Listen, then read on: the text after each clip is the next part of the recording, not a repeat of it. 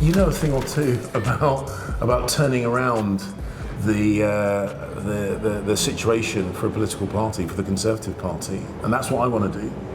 So I'm up here to find out how to do it, you know. Well, first of all, welcome to God's own country. On a sunny day like this, I mean, you won't find any place finer. I think it's one of the great, beautiful cities of the world. In terms of how do you rebuild an opposition, I mean, I respect you and actually all of our colleagues that have put their hat in the ring, because looking at the task ahead of us after that election result, it's daunting. It's going to take a lot of hard work, and there are no shortcuts. And you know, we were in a much worse state in Scotland when I became leader, in vote share, in terms of consecutive elections going down and down and down. And by some measures we were third, by some we were fourth in Scotland. I mean, it really was trying to get oxygen. But what we had, and what the party in the UK has, that gives me so much hope, is that we've got good people and we've got a country that's willing to listen. They're not entirely sold on the Keir Starmer project. But shouting at him is not going to be enough. You know from your time as party chairman that we've got some of the finest activists that you can possibly find, and they want to have a good news story to tell. So your job, if you become the next party leader, as I hope you do, is to start talking about what Conservatives stand for again. What is our positive message to the electorate? What are the values that bring us all together? And once we start on that road and we pick and choose our battles in Parliament, and we manage to select the right message carriers to bring that message to the right candidates, then you start to see that the tanker turns around pretty quickly, and we've got a lot of hope again. But you know, those first months and years are going to be a grind, and I'm very glad that you've got a military background, because you know duty, service, hard work, and you're going to need it. Yeah, well, look, unsurprisingly, I think we agree on a lot of the things that we need to do differently. When I was knocking on doors, not just in my own constituency, but across the country, people were saying over and over again that our recent behaviour had really turned them off. The tone of politics coming from us had really turned them off. And, you know, we need to win back voters, of course, from reform, but we also need to win back voters that went off to Labour, went off to the Lib Dems, those voters that stayed at home. And actually, I think that, as you say, the first thing we need to do is win back the right to be listened to. Because we've got some really important things to say about defending our nation, about, you know, policing our communities, protecting our borders, giving people freedom and opportunity. But until we've earned the right to be listened to, it matters less what we say. And so that's why I think the first thing we need to do is get back into the habit of being disciplined, being united, having our disagreements in private, but putting forward a united front to the British voters. And I think if we do that, people will listen to what, at heart, I think are still very sellable ideas, still sellable prospects. I've always believed that the cliche about the Tories being at its best a broad church is true. Cliches are almost always true. That's why they're cliches. There's so much, you know, good in them. But I think what is important, and what I've always believed, is that those internal debates are absolutely crucial.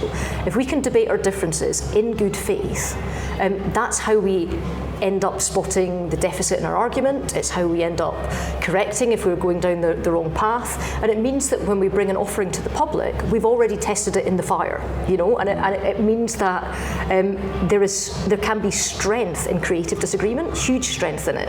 And what I love about you, James, is that you have done your best service under wildly varying prime ministers, and you've always put your shoulder to the wheel. So you've served under 4 prime ministers now, and they've been quite different characters, and you have always gotten on with, never briefed against, always been a team player, always been ready to lead in big briefs like the Home Office, like the Foreign Office, you know, really big chunky jobs. Helped, you know, keep the party on track as party chairman on the political side of things by bringing people together, because actually we cannot just have a narrow factional conversation, and I get that I'm from one side of the party, you know, and the way I think is very different to some of my colleagues, but I still think that we're united by those Conservative values of aspiration, hard work, responsibility. You know, that's what makes us Conservatives.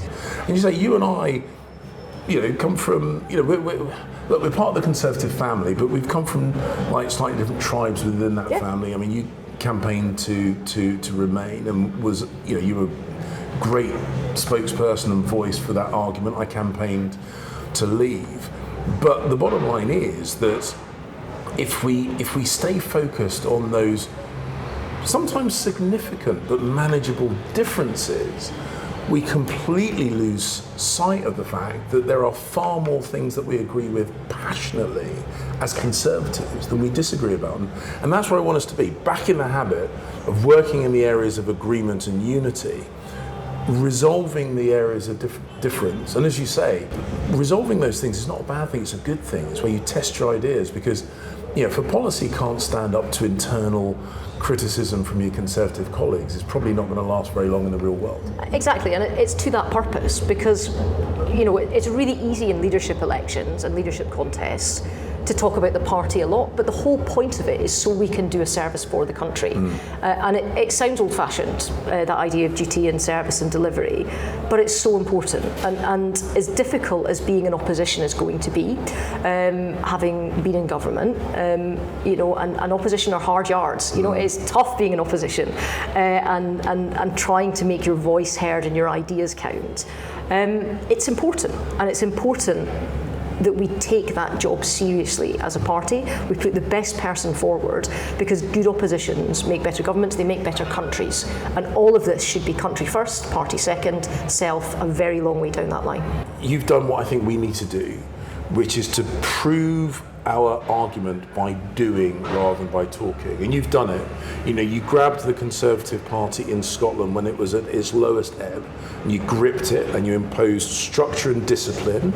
And I know that many of my parliamentary colleagues in Westminster, as well as MSPs in Holyrood, I think in large part owe their careers, and certainly in the recent past, we've been heavily dependent on the talent that's come out of Scotland, and I don't think that would have happened if you hadn't have, made those changes and got a grip of the party when you did. So look, thank you for supporting me in my bid to be leader. Thank you for putting your ideas forward, and as I say, thank you for reigniting the embers of success of Scottish conservatism, because we can't be successful across the UK unless we're also successful, in Scotland and in Wales and across the UK. It can't just be about, London and Westminster.